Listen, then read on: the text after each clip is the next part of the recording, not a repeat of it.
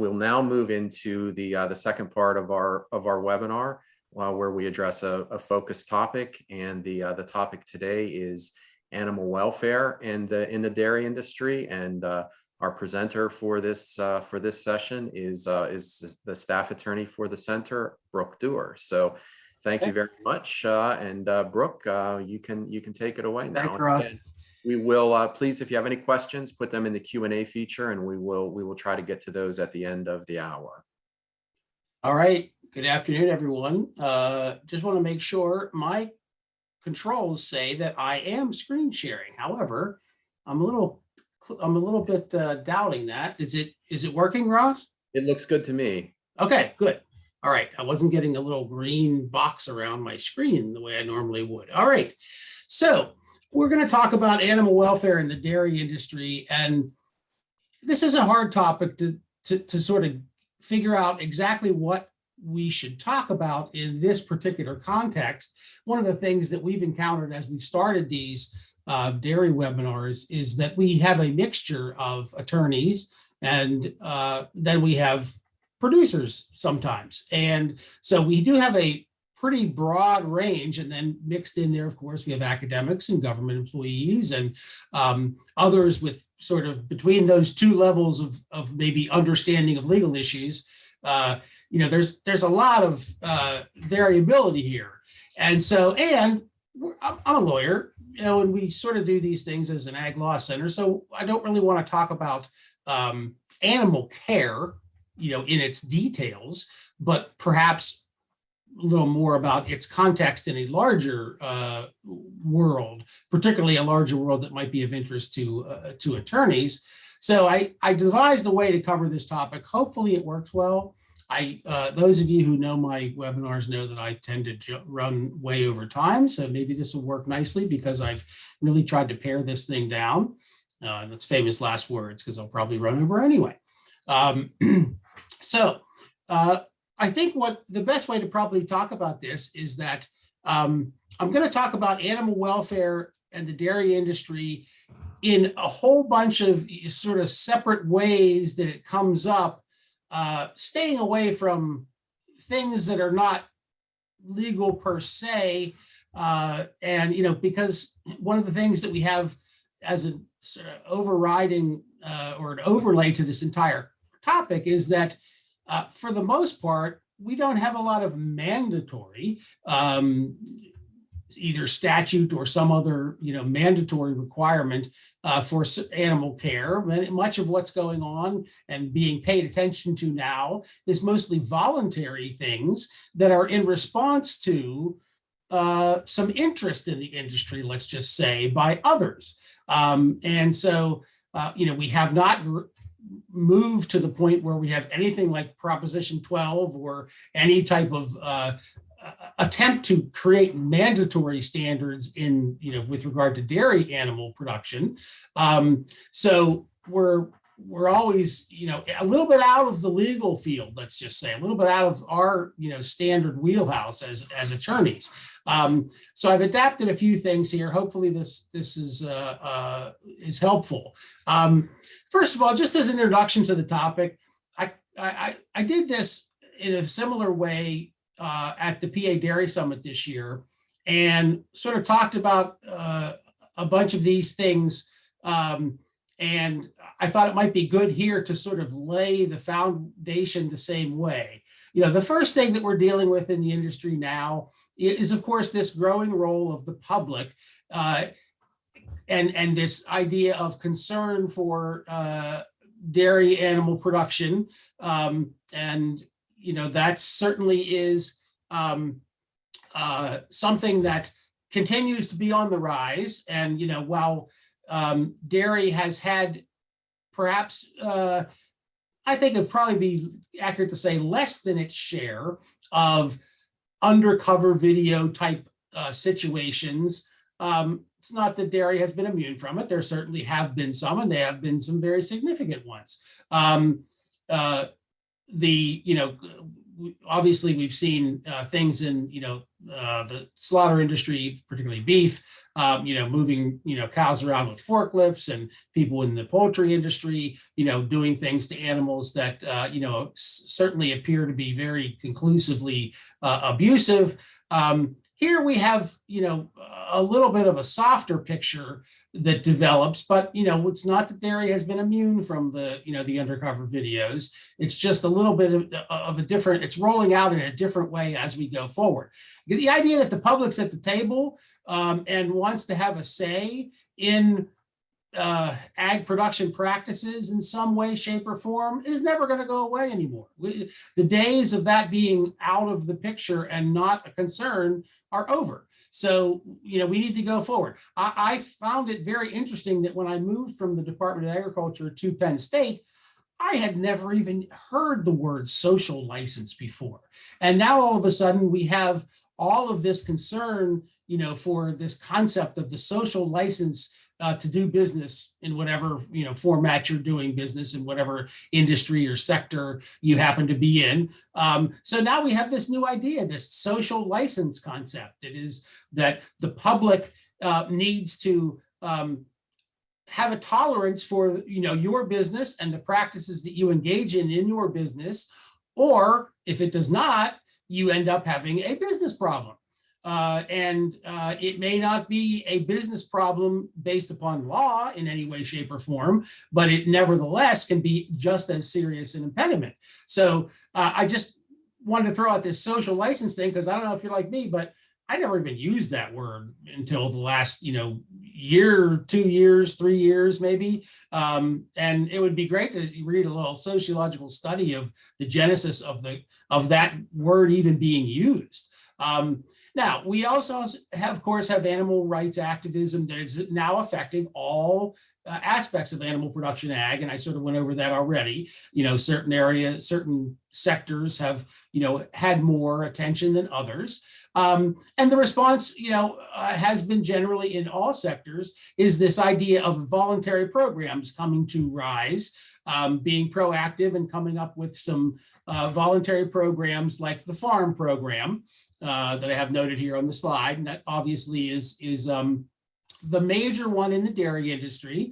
And, you can look at these voluntary programs as having two portions or two objectives, one being the social license concept, which is create a program where the public can begin to understand what it is that you do, and particularly the sensitivity that goes along with doing, engaging in production with live animals.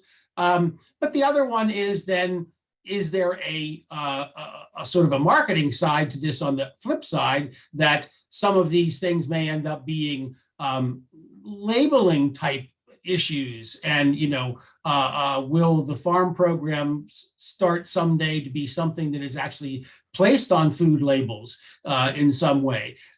So we haven't quite seen that in dairy. We obviously, and I obviously lived through the RBST issue and the RBST labeling. Since that time, we haven't seen a lot of hubbub about dairy labeling, and goodness gracious, let's hope it stays that way for those of us who all lived through that.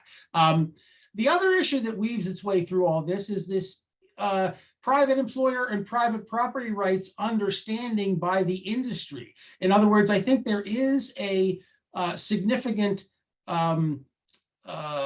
lack of, I call it confidence, lack of confidence in the dairy industry and individual dairy farmers that I think needs to be addressed with regard to what are their rights as a private employer and as a private property owner.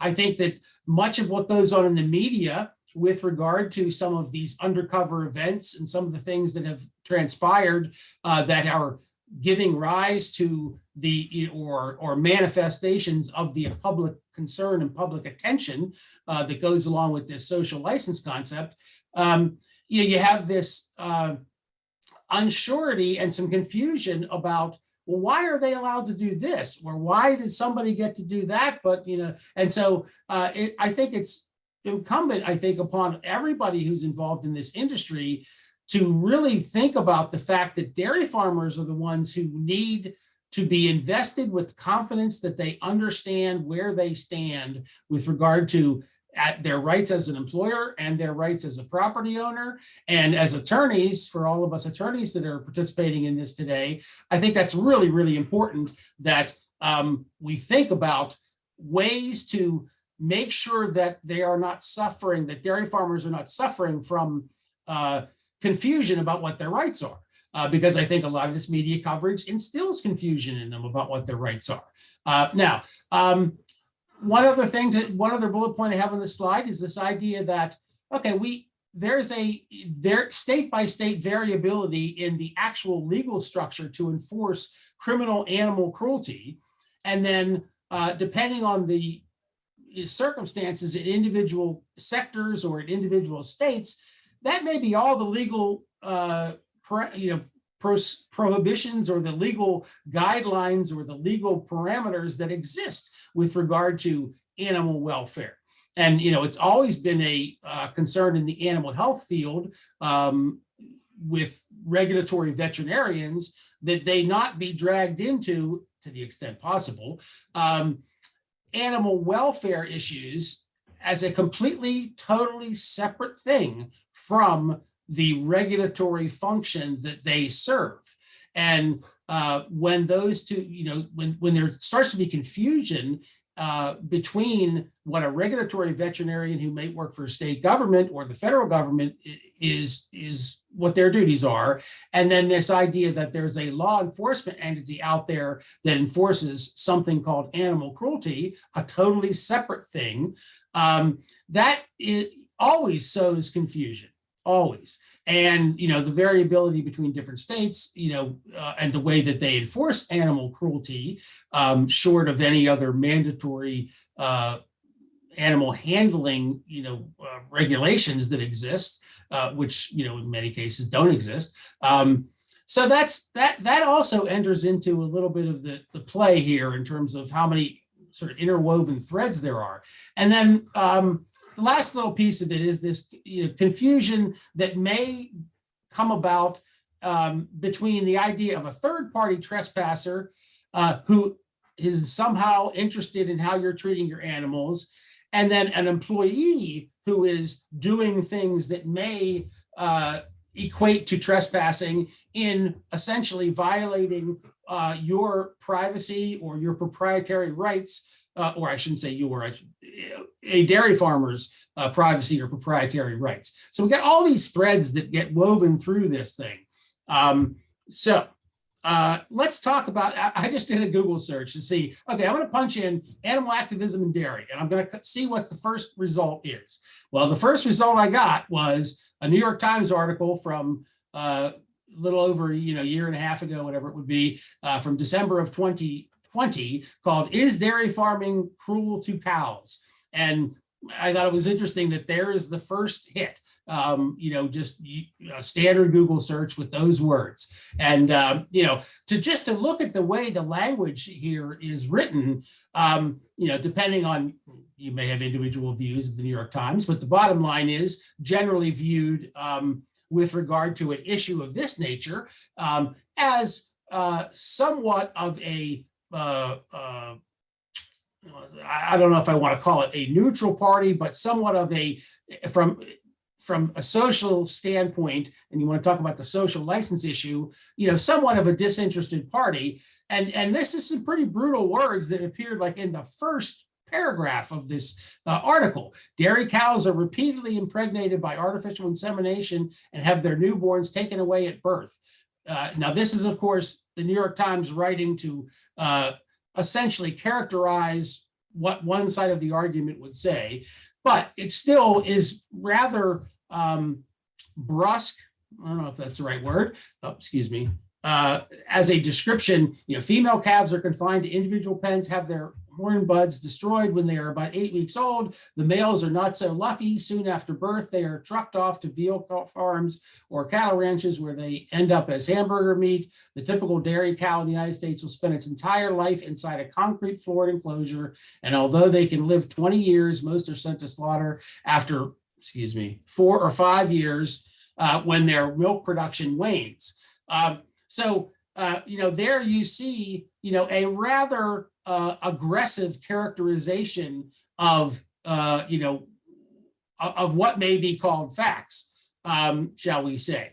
Now, I also, the second hit I got I must have been searching, the Johnny Cash movie or something. I get this Joaquin Phoenix Oscar acceptance speech, which I will not play. However, if you want to check it out, get the PowerPoint and you go to the 350 mark. And in the middle of an Oscar acceptance speech, he just goes off, on dairy production. Not long, but quite eye-opening that's something that was considered appropriate in the midst of an Oscar acceptance speech. Now, we also, or at this time, we are starting to see, in response to the lead up of the last, let's just say 10 to 15 years, and these social license issues starting to enter into even dairy farming, we have seen the emergence of these stakeholder groups, and we'll probably see more. But obviously, the first one is the National Milk and DMI formed this F.A.R.M program, and most people in this industry understand, what it is, and it's a voluntary set of responsible animal handling and animal management practices, which is essentially just to be adopted by members of the cooperatives making up National Milk. So that's probably the first stakeholder group that entered the scene here with this kind of voluntary response to these social license issues that start swirling around. Now, the player that is now very newly emerged on the scene is this Animal Agriculture Alliance. And they actually co-presented with me at the Dairy Summit. And they obviously are making a full court press. If you read the dairy press, or dairy media, and pick up any of the sort of news services, you'll see them all over the place all of a sudden. Maybe I think I'm correct in saying it is fairly all of a sudden. I didn't know about this group until maybe 9 months ago, and now all of a sudden you see them everywhere. I did stumble in preparation for this across a little less well-known organization that is based out of Ohio State in Columbus called the Dairy Cattle Welfare Council. And they're also starting to emerge as perhaps a little bit more on the technical side. But they're also, I think, becoming part of the groups that are emerging, and I'm sure we'll see more. Here's a couple of educational events about animal welfare and dairy, and they're pretty much everywhere. Last summer, Hoard's Dairymen had a webinar, and using the word social license, maintaining our social license by improving animal welfare. So even a very dyed-in-the-wool, historically established, dairy media source like Hoard's Dairymen, they're rolling with the times and, putting on webinars that are specifically using in the title a social license issue, or at least even using that phrase. Now, two big summits that are coming up in Kansas City in May next month, almost upon us here, is this Come Together for Animal Ag, which is that is the I think the first conference by the, I got to get it right, the Animal Agriculture Alliance, which is the group out of Arlington, Virginia. That's coming up next month. And then also next month is this the Dairy Cattle Welfare Organization out of Columbus, Ohio, is having a big symposium also in Syracuse. So we're just seeing this stuff left and right now starting to emerge routinely, and I don't think it's going to stop. Now, let's talk about this idea of dairy farmers as employers and property owners. And I think as attorneys, if we represent dairy farmers, I think this is an important thing, because when I do anything related to this issue, I always sense this confusion and hesitancy about what can they and what can't they do. And I think there's started, and perhaps it's just one of those situations where you now have entered ag employers generally have operated, with perhaps less need for legal counsel on some things relating to the employment relationship, or simple things like their rights as a property owner. But this type of attention that is coming to the dairy industry has brought all of this up again, and there's probably a need for a lot better education of dairy farmers on these very simple elemental issues. They need to develop confidence in their knowledge of their rights as a private employer and a private property owner. And First Amendment issues, as I said before, in a lot of these animal rights cases that get media attention, and just the mere fact of animal rights and who are these people that might be protesting at my farm, or who are these people that are trying to send in an undercover person to be hired. I think that all causes confusion. So I think farmers need 100% clarity on the common law of private property rights, employer-employee relationship, privacy and proprietary rights, and then the statutory laws that protect private property rights, i.e. trespassing laws. I mean, I think we need to go back to the beginning and some very rudimentary things. This is a group of sort of mixed group, attorneys included. I'm going to go over some of these things, but don't want to insult anybody with the level of the approach. I'm going to just walk through them here. Common law of private property rights, obviously, exclusive right to excuse me. I do that constantly. I got to start using a different, I got to disable my clicker on my mouse. Exclusive right to possess your property unless there is some other form of consent. And I've gone over this in excruciating detail in webinars previously and in live presentations with landowners to try to run by all this, sort of the potential hypotheticals that come up, in terms of, you always get that attention to, like, well, who can drive up my lane? And where should I put the no trespassing signs? And, I always fall back to, if you don't have a gate, then your lane is open for a person to assume that they may have a consent to at least approach your house for some, purpose, whether it's the mailman or the FedEx driver or whatever. The right to exclude others, from your property, unless there's some type of superseding statutory law, like, authority from a state statute that allows, a Bureau of Animal Health employee to visit, or the food safety inspector to come if you're, maybe a pasteurized jugger.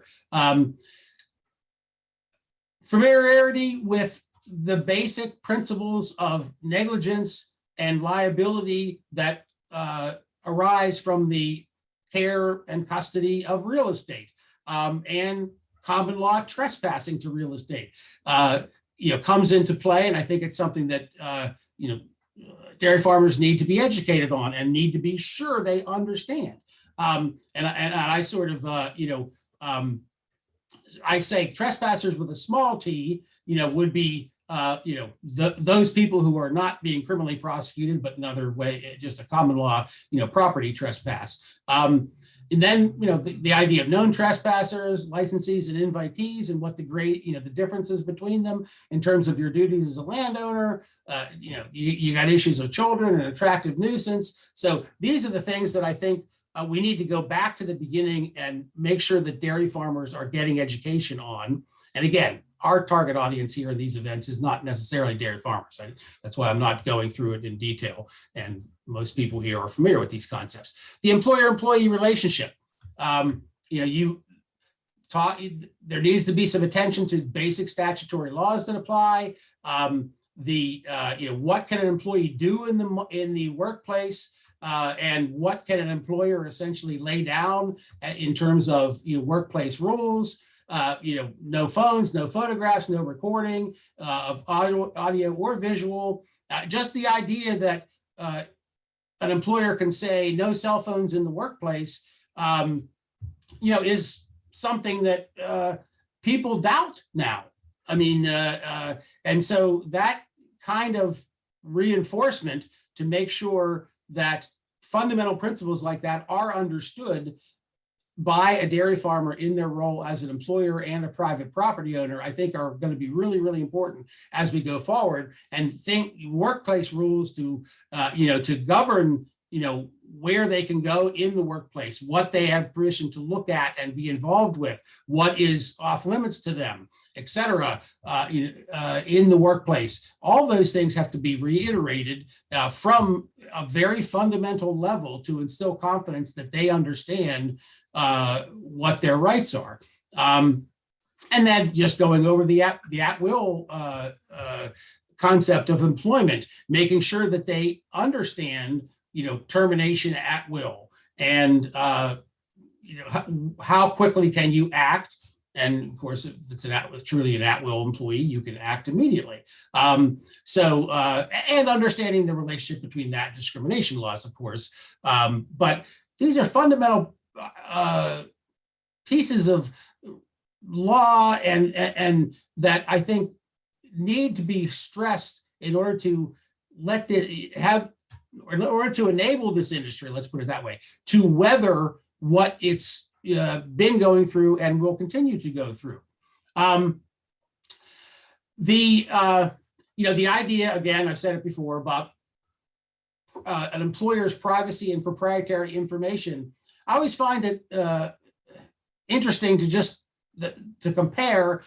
Everybody understands the concept that an employee does not have authority to root through the bank records if they work in a bank.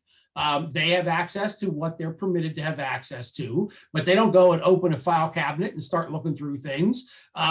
But people doubt that, and they get tripped up when it comes time to talk about an employee in an ag production environment. And so I think that the idea of making sure that employers understand these things and have common sense basic rules for their employees that hopefully will address, before it ever gets to it, the idea of misrepresenting oneself for the purpose of gathering information and then taking it to some media source for some type of sensationalistic purpose. Lots of questions about drones you get, and I think that's an important area also, because I don't think there's probably a farmer these days who doesn't have experience with drones getting close to their farm and wondering what's going on and what is it that they can do or what can't they do with regard to drone practices. And I always use the analogy of, well, if the drone is doing the same thing that a satellite or a plane can do when they fly over you, that visual image, you do not have an expectation of privacy in that. But if it flies in your barn, that's a different story. So once they've entered that barn, then you try to give them those concrete examples. Okay, so I think those are some of the fundamental things dairy farmers need to go over. Now let's talk about ag-gag laws, because this is where the intersection starts to come together between all of these issues of the private property rights and the employment rights of ag operations and something else, whatever it is that's going on out there in the world that the public has become interested in production agriculture, and these social license issues start to come up. Ag-gag laws have been a mess since the day that the first state started enacting them, which is, I believe, Kansas, and Kansas's first law was struck down. And they've gone at it several times since. And so it is as big a mess as it sounds, but we can simplify it.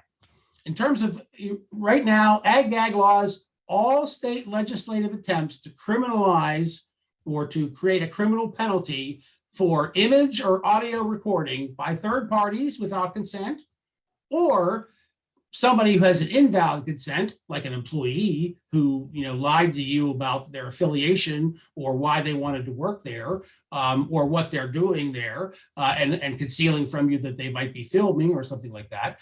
All these things have been ruled unconstitutional. Or from the standpoint of how do we move forward with this industry, it's enough to say that right now no state has gotten it right.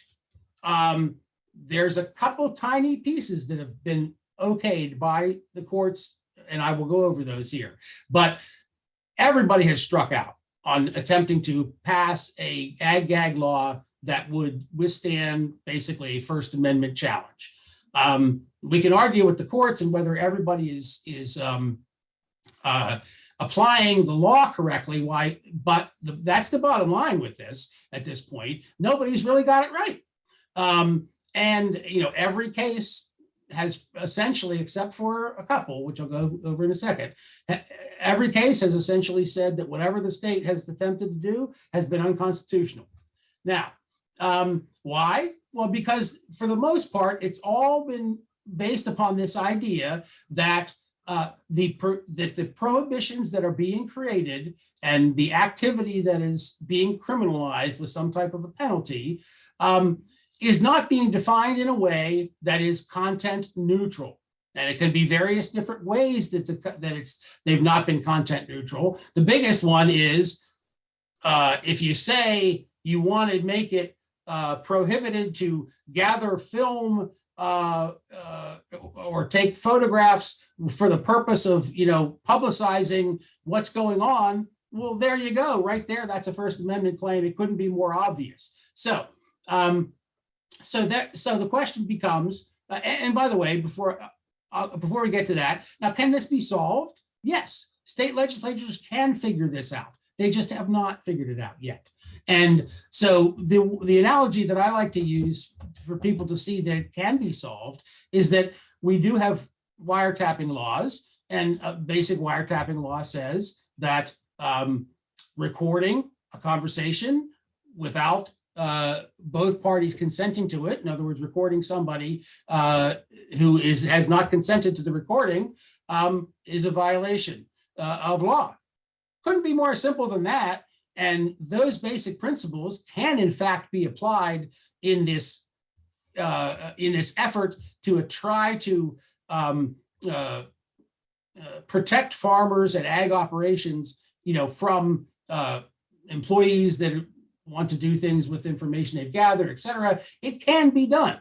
Most of the states have essentially, as the legal expression that most of you would know, is gilding the lily. Most of the states have attempted to go too far to justify what they're doing, and that's when they've gotten into trouble. So has there been any reported opinions that help figure this out? Yes, there has. And Brooke, I just want to interject, yes, just that a time check, we're at 12:52. I would encourage anyone, if you have any questions, please use the Q&A feature. And there's a lot of content. We may have to have a part 2 to cover all of the content. Is that right? Is there a lot? Okay. I once again, I'm going over. Let me cover these 2 cases and then we'll go to the questions. Okay, so we do have 2 cases that said something that is useful. There's a 9th Circuit case called Wasden that is interpreting an Idaho law from 2018. And I'm going to go ahead and then come back. And there's an 8th Circuit case that was interpreting an Iowa statute from 2021. And these 2 cases actually provide some helpful case law. Wasden basically had several components to the law, and probably it's easier just for me to read it, which is that this is a sort of a third-party account of the opinion, that the panel held that Idaho's criminalization of the act of misrepresenting to enter a production facility, so that's all the criminal prohibition that you have, couldn't survive First Amendment scrutiny, overbroad. Panel held that the subsection criminalized innocent behavior was staggeringly overbroad, and the purpose of the statute was targeted at speech and investigative journalists. That might be a little bit of an overstatement there, but this was sort of an early case in some of the discourse on these issues. They also struck down, so that was the first portion that you could not do. The second portion is that it also struck down a subsection which banned audio and video recording of a production facility's operations, just plainly stated in that way. And that was, again, a First Amendment violation. So, okay, we know those 2. And that does seem pretty logical and pretty basic, because you haven't tried to refine this in any way to strictly tailor it to what you are actually after. You have to have some definition of the private property right that is being violated of the property owner or the employer. The panel held that the portion of the Idaho law that criminalized obtaining records of an agricultural production facility by misrepresentation was or did survive a First Amendment challenge. So, and I think that does make a certain amount of sense too, which is if you just have a basic thing that says misrepresenting a fact in order to obtain records, that sounds like something that we're not all that unfamiliar with, let's put it that way, and that the employer has or the property owner has a protected interest in those records, different than visual images that might otherwise be available. And then they finally held that the constitutionality of a provision that criminalizes obtaining employment by misrepresentation with the intent to cause harm is also a First Amendment violation. So you get one way of going about this that was essentially found by the Ninth Circuit to be constitutional. So there's one piece of the Idaho law that survived. Now, the Iowa law has one piece that survived, which is a sort of a twist on what the previous case, the Idaho case that we just talked about, said, which is in this Iowa case in 2021, last summer, they had two provisions, one called the access provision and one was called the employment provision. The access provision provides that a person is guilty of ag production facility fraud if they obtain access to an agricultural production facility by false pretenses. Okay, now it said state argued that the provision is consistent with the First Amendment, and the Eighth Circuit, said that it agreed with that. So now the difference between their the Idaho version, the Ninth Circuit's decision here is that the court felt that the way this was drafted, that the harm that was to be addressed was trespass to private property. They were going to accept that and agree that, this statement of the crime would not violate the First Amendment and it was content neutral. You might have to ask yourself, is that completely consistent with the Ninth Circuit? In any event, now the employment provision, for the purpose of our discussion, I will just indicate that it's very similar to the Idaho, and that portion of the Eighth Circuit's opinion was essential, or that portion of the Iowa statute was struck down. So we have one version of one prohibition that Iowa came up with and one version of one prohibition that Idaho came up with that have been found constitutional by U.S. Circuit Courts of Appeals. That's the best we got. All right, now, we were looking forward, and this will be the last thing, Ross, we were looking forward to, there was a writ that was filed with the U.S. Supreme Court that was attempting to take a 10th Circuit decision regarding a Kansas law up to the U.S. Supreme Court. Just yesterday, that petition for a writ of certiorari was denied. Just yesterday. So we will not see the U.S. Supreme Court weighing in on this issue anytime soon. And so we are stuck with these two pieces of law from the Eighth Circuit and the Ninth Circuit on very specific provisions that were found to be constitutional. Okay, I will stop right there. I have other slides, but we're not going to be able to get to them. Okay, go ahead. Let's do questions. We do have a question that came in. I'll read that to you, Brooke. Can dairy farmers or groups successfully sue for libel or slander the animal rights groups? If groups are spreading misinformation, it seems that part of the way to address this issue. So any thoughts on that about misinformation? And you have to have falsity, first of all. And so the question becomes, can you prove falsity when you're talking, generally it's going to be a video. So then you're talking about, okay, the camera, unless it's a doctored image, you don't have falsity. However, can you utilize some other legal theory that is based upon the premise that, well, what's on the film is accurate, but the way you're presenting it somehow is implying something else that is inaccurate. I'll just say that if you're already at that as your lead legal theory in a case, you're probably in trouble.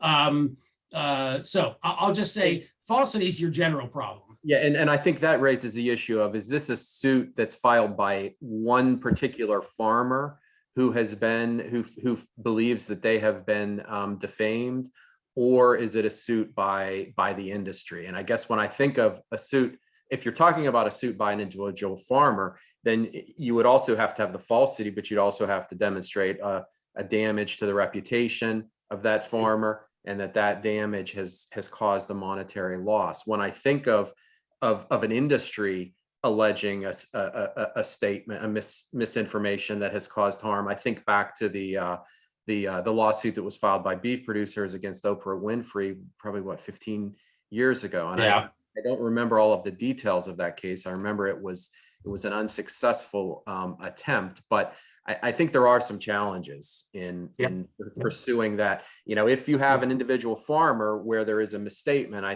think that would be a more viable claim. But I think industry-wide, I think there are some challenges that I would see with that claim. Right. I think that's why it doesn't happen. And, as most lawyers, will tell you, taking on a defamation case can be the biggest mistake of your career, depending on the circumstances. So, and we have one more question that I'd like to get to, and is there a checklist for farmers that can help them? For example, update the employment app to include reasoning for employment. I have just the thing. Let me bring that over to my screen and share it. Okay. Are you seeing a new document in the shared screen? Yes, developing proactive legal strategies, handling protesters, and hiring employees to limit your legal issues on your farm. This is the beginnings of some literature in the legal field that I'm sure is going to continue to, just like the things that the F.A.R.M program puts out to help people manage their hiring processes and other things, and that the Animal Agriculture Alliance, who someone has corrected me and said that they are a group of longstanding. I just didn't know about them. But this is from University of Maryland Extension. Our friend Paul Gehringer down there just produced this in December 2021, and it is. I think it's a fairly short document. It's only about 8 pages long, but let's see if I can actually move there we go. So it has all kinds of good stuff in terms of, advice for employers on, beefing up their hiring processes, and also issues about handling protesters. And you're right, there should be more of this kind of thing out there. That's the kind of thing I was sort of talking about at the beginning, that I think dairy farmers are owed some clarity on some of these issues, because I think a lot of this has confused them. Yeah, and Brook had mentioned the Animal Agriculture Alliance. It was founded in 1987 is the origin of that. Okay. So I thank you all. We're a couple minutes over our time, but I thank you all for joining us. Our next quarterly dairy legal webinar will be in July. I believe it's the last week in July. And we will be emailing you information closer to the time. The topic is what is the topic, Brook? It is going to be plant-based, milk substitutes and dairy substitutes, and the current status of the law. We just had a big development the other day on that. Check out our Ag Law Weekly for that. FDA has in fact drafted something that the White House is looking at right now. It's a guidance document for the industry on labeling plant-based dairy substitutes. So we'll talk about that as well as a lot more. Okay, thanks a lot, everyone.